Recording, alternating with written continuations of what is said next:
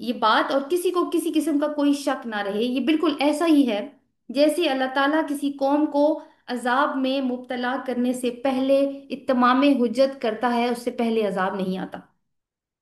اب ابلیس کیا جواب دیتا ہے، آپ دیکھیے آگے۔ قال انا خیر من، وہ بولا میں اس سے بہتر ہوں۔ اور کیسے بہتر ہوں؟ خلقتنی من نار وخلقتہ من طین، تو نے مجھے آگ سے پیدا کیا ہے اور اس کو مٹی سے۔ یعنی اپنی بہتری کی بات بتا رہا ہے کہ میں بہتر تخلیق ہوں اس سے۔ اور وجہ کیا بتا رہا ہے، دلیل کیا دے رہا ہے اپنی بہتری کی؟ مٹیریل آف کریشن کے اوپر۔ مٹیریل آف کریشن کیا ہے؟ کہ وہ مادہ تخلیق کیا ہے، کہ وہ تو مٹی سے بنا ہے اس لیے وہ حقیر ہے، اور میں آگ سے بنا ہوں اور آگ افضل ہے۔ یہ جواب دیا ہے اس نے اپنی سرکشی کا۔ ہم اب اس جواب سے شیطان کے کردار کو جاننے کی کچھ مزید کوشش کرتے ہیں۔ کیا کہا اس نے؟ میں بہتر ہوں، اس کی تخلیق میں مطلب کمتری ہے اور میری تخلیق بہتر ہے۔